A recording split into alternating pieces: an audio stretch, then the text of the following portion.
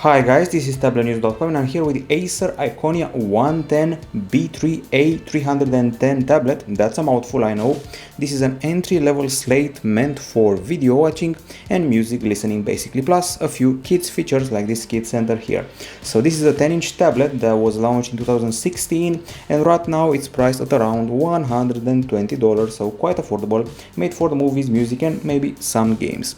Now the design, it involves a lot of plastic, so it's made of plastic.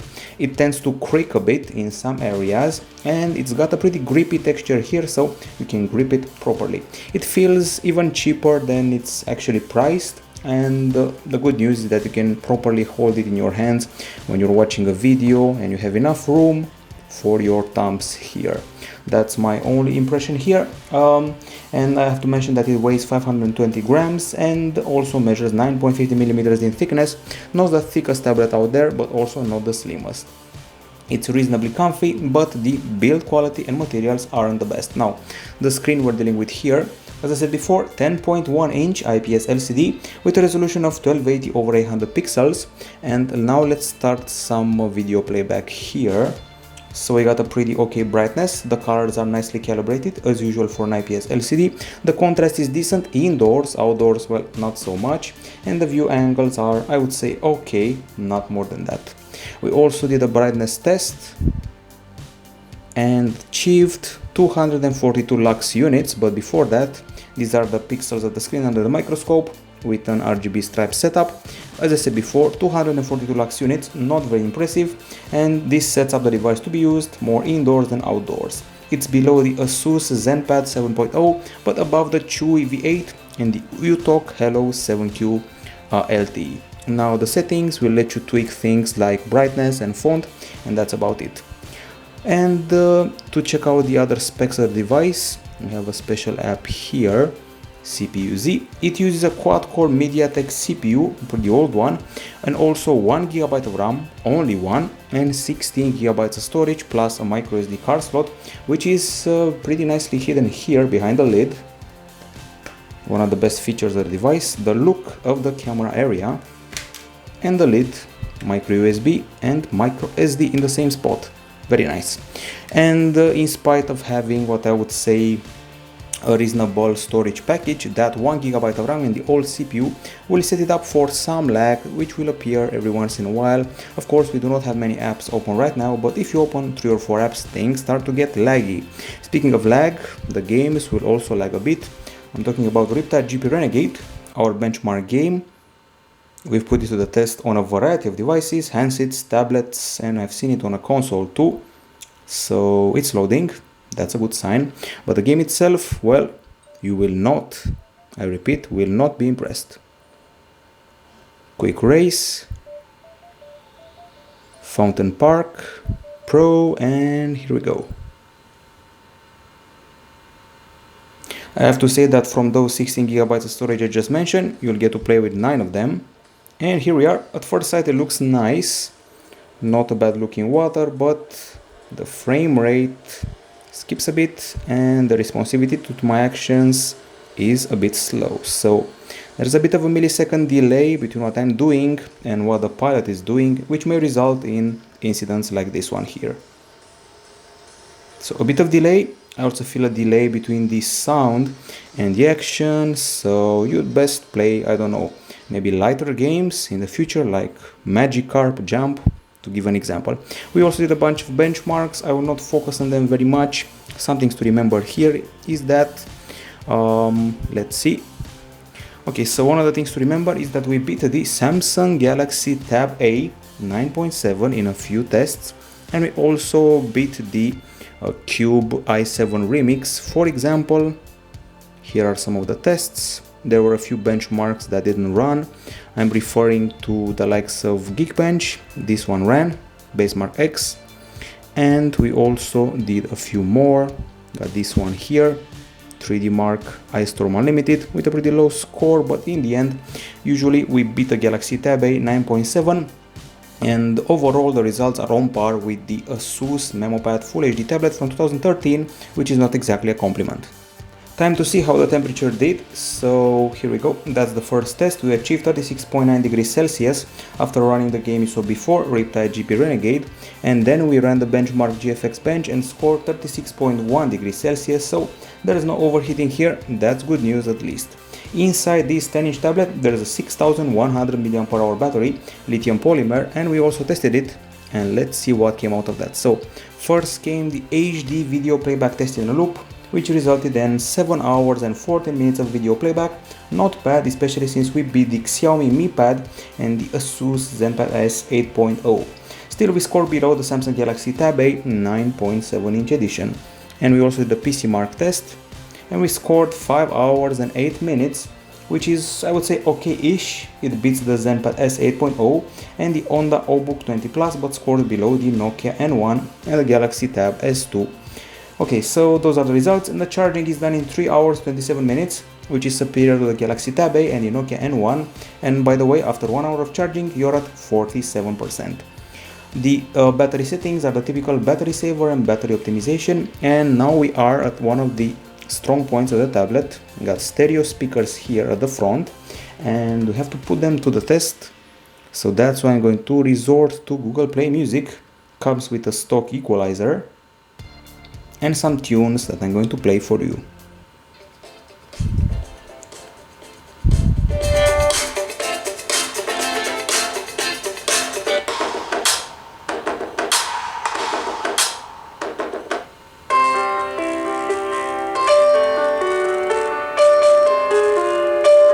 When the sound gets a bit too loud, like you heard the piano before, there's a bit of hissing coming out from the speakers.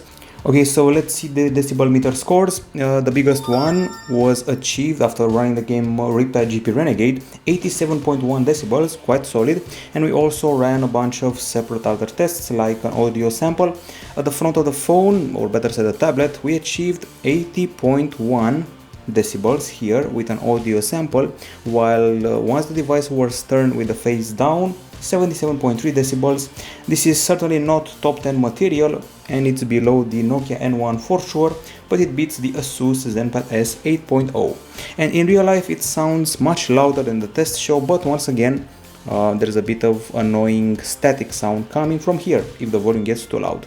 Now the camera, there's a camera combo that's pretty predictable here. We got a 2 megapixel shooter at the front and a 5 megapixel shooter here, which you're not going to use except there's a wedding and you see an UFO.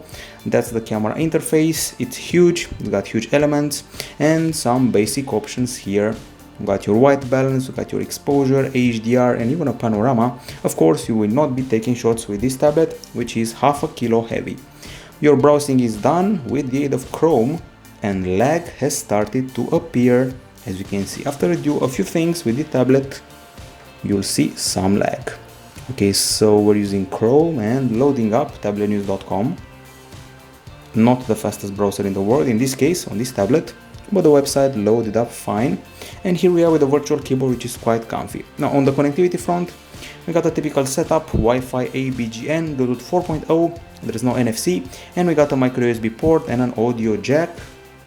Here's the micro USB port and here is the audio jack.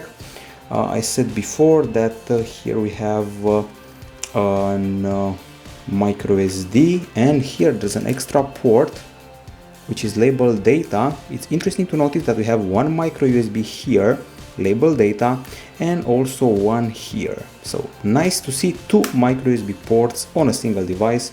You don't see that every day. Okay, so moving further from the connectivity, OS, UI and applications, just to show you what we're running on here.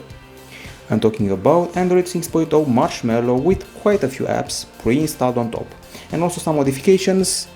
On the leftmost home screen you get your headlines, your news, your weather, your social networking accounts.